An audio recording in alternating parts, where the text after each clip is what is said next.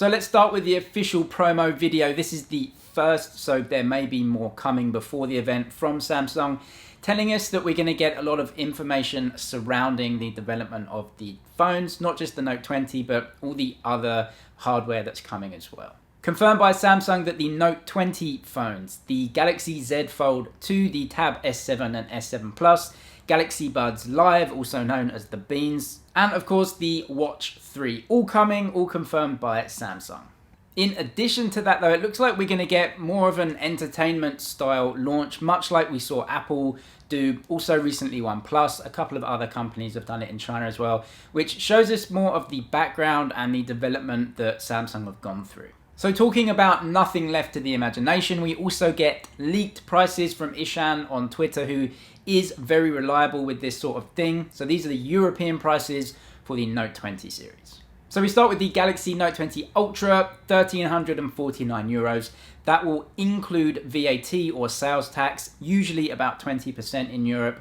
And this is kind of unsurprising as a price. It is the Ultra after all, so you really are expecting it to be at or around the price of the S20 Ultra. In fact, there are some hardware upgrades. Now moving on to the Note 20, the base model, and this one is kind of hard to swallow.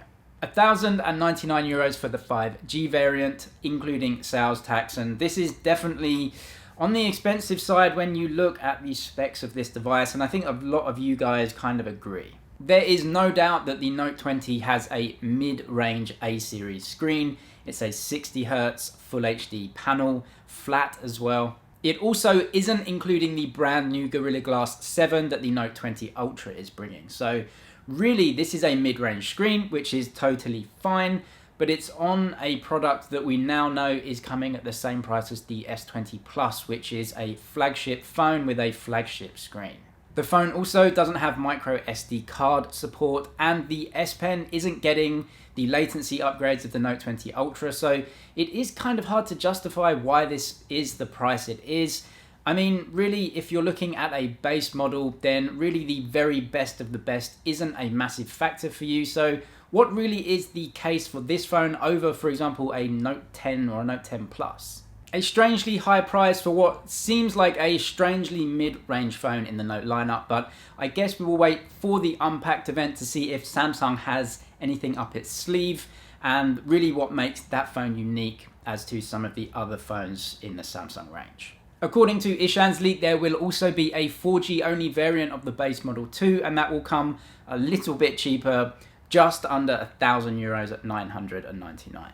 The prices in Ishan's leak are unsurprising. What is surprising is the Note 20's specs sheet, but it looks like Samsung are focusing absolutely on its really high-end models, so the Ultra versions of its phones, and also with this launch, the foldable Z Fold 2, which I think we're seeing now Samsung really concentrating on very high-end and foldable devices in its flagship range. We also wait to see what exclusive access we all get to the stories from developers, designers, and innovators inside Samsung's digital city. This has been promised by Samsung for the event, so we wait and see what extra stories, what behind the scenes access we actually get about the development of the Note 20 series. As always, I'd love your opinions in the comments as to the Note 20 base model, the Ultra, the pricing here, and which one you're actually thinking of going for, if any. As always, let me know in the comments. That's it for now though. All your Samsung news. Thank you for watching, and I'll see you in the next one.